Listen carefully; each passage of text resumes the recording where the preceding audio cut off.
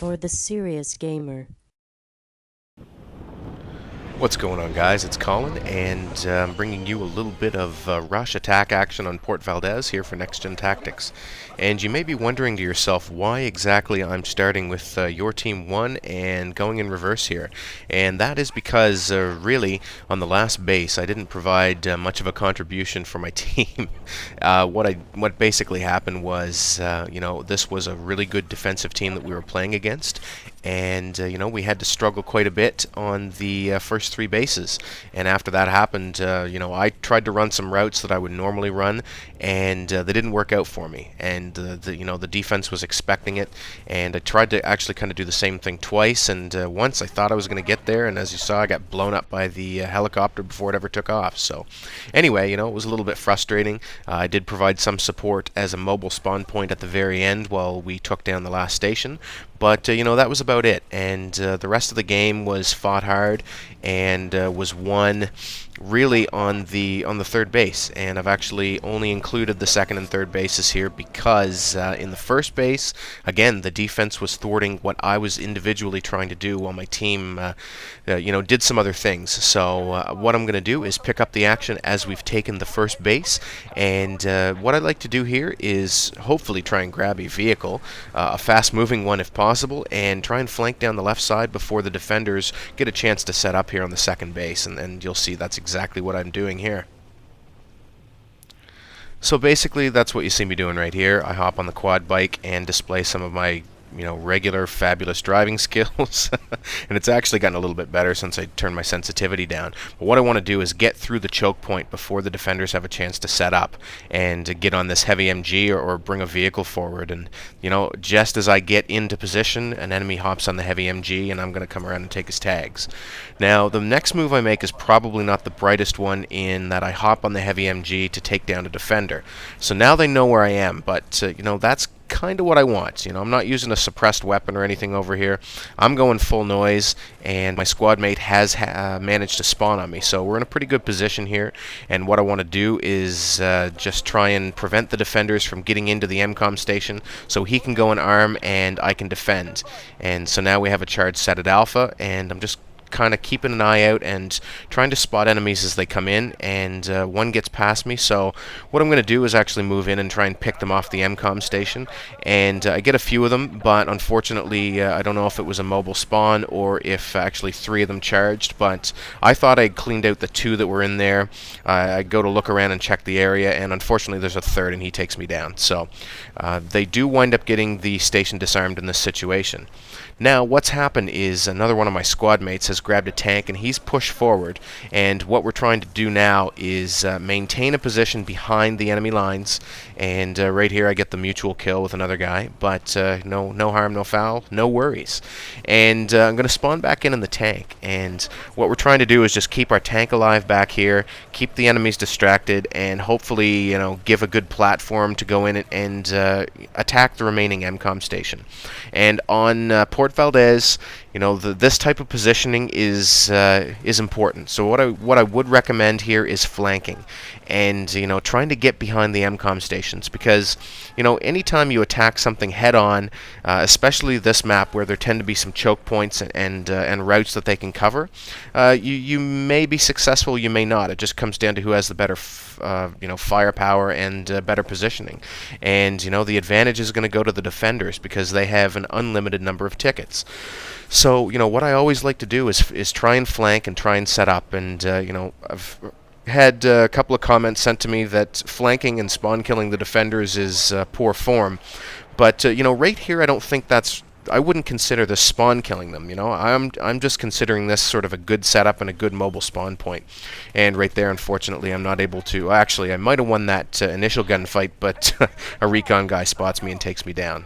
But anyway, back to what I was saying about flanking. So it was mentioned that that was kind of cheap what I was doing on White Pass, which was a flawless game that I posted on my own channel, where basically on every base I push beyond the MCOM station and kill defenders as they attempt to get to the MCOM. And on the second set of bases on White Pass, basically you're sitting there watching them spawn and I'm mowing them down. So yeah, that's probably poor form in that case. But where it's a small map, it's kind of tough to get that advanced position without actually sitting right in the enemy spawn. But here on Port Valdez, the defender spawn area behind this second base is actually quite large, so you're not sitting there and spawn killing. And right here you can see that we're having trouble with this guy in the tank, and I'm going to spawn right in on my squad mate, try and repair his vehicle so that we can keep up the fight. But unfortunately I get taken down again immediately. So we're having quite a tough time with these guys. They were strong defenders, and once this base gets taken down, you'll see that this game really turns into quite a mess.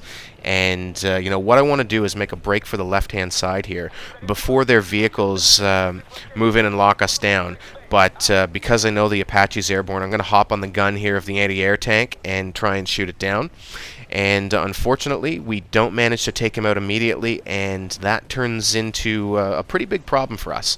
So now he's onto the anti-air tank, and he's going to blow this up. And if you get locked in with the Bradley and the Apache on this base, advancing can be a huge problem, and taking the third set of bases can become an enormous challenge. And what we were finding, especially on the first and second bases, is that our team, the rest of our team outside our squad, they weren't doing anything that couldn't be accomplished from a distance. So they took down the destructible building on the first base, they took down the destructible building on the second base, but as far as actually getting into the action and getting their hands dirty, they were having nothing to do with that. So our squad actually had to wind up doing a lot of the heavy lifting. And so what I want to do right now is make a hard break for the left-hand side before they get us locked into spawn, so that my squad can spawn on me. Unfortunately, they're waiting for me behind us, and they take me down. And this is really bad news, because now we are locked into spawn, and we really have to focus on getting that Apache out of the air and dealing with the vehicles before we can advance. So our entire squad basically switches to tracer darts, and I'm not having any success shooting it down, unfortunately, and take a couple of deaths in the process. And that's another reason I wanted to show this game, is that a great KD isn't necessarily going to happen when you're playing against a strong defense and you're playing the objective. So fortunately, one of my squad mates, Jay Kaiser, is eventually able to trace this thing and take it down, and we basically breathe a huge sigh of relief. But then we really have to hurry up and get in the action, because once the Apache's down and once the tank is out of the picture, we have to move up very quickly, and we have to hope that the defenders focus on coming back to try and spawn kill us once they get their vehicles back, because if they do that and we've already gotten out of spawn, then we're golden. We just have to maintain a spawn point. And right here you see that I'm making a break for the left again. I get hit, so I'm going to drop down over the cliff and go out of area, and I just make it back in time. Now at this point, we're kind of starting to breathe a bit of a sigh of relief. The pressure's off, and we got out of that spawn lock. But we're down quite a few tickets, so we do have to work fast. And a couple of squad mates are going to start spawning on me at this point. I'm actually going to swim out to the first ladder and go wide left, and my squad mate goes up the first ladder to go in for the quick plant. But then we're not both coming from the same direction.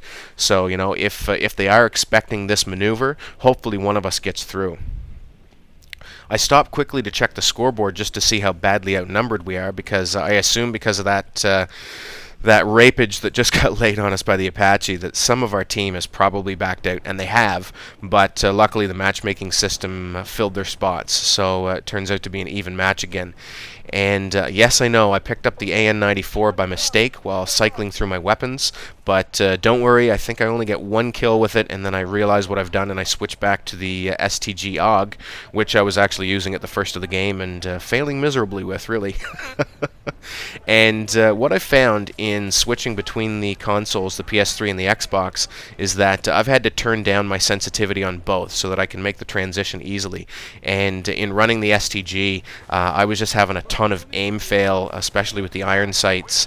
So I'm doing a bit better with it now that I've turned down the sensitivity, and actually even found the red dot sight not too bad. And there's my lone kill with the AN-94, and I know that I've gotten some grief for using that lately.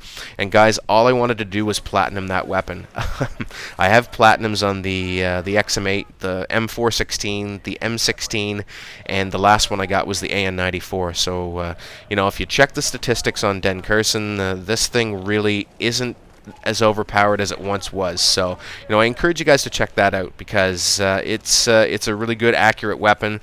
I think it's still a bit overpowered in close quarters, and I think that maybe they should probably, you know, increase the hipfire spread so that it's not quite as viable. But, you know, I prefer other guns much more than the AN94 now, and, you know, I really just wanted to finish up my platinum before I go back and work on the STG AUG, the AEK, and maybe the F2000. I don't know.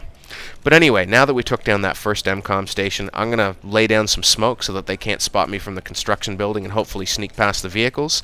And I know that I think we've pushed them back, so I want to set up behind the MCOM to defend. And, you know, the reason that I rewound, started at the end, and worked back to this point in the game is because really getting out of that spawn lock and taking down this last MCOM station is where we've now won the game. And I'm just going to go finish it up with a nice little smoke grenade launcher kill. I love getting these, and I don't have very many of them, but I really do love it when this happens. And just because I was so pissed at the spawn lock, I display a little bit of poor sportsmanship coming up, but I'm going to speed that up so you don't have to watch that. I'm going to get one more kill for good measure, and that's basically the end of this match, guys. So I hope you enjoyed it. This was a tough-fought game, and you guys have asked for that. So there you go, and I'll try and cover the other bases on this one soon. Cheers.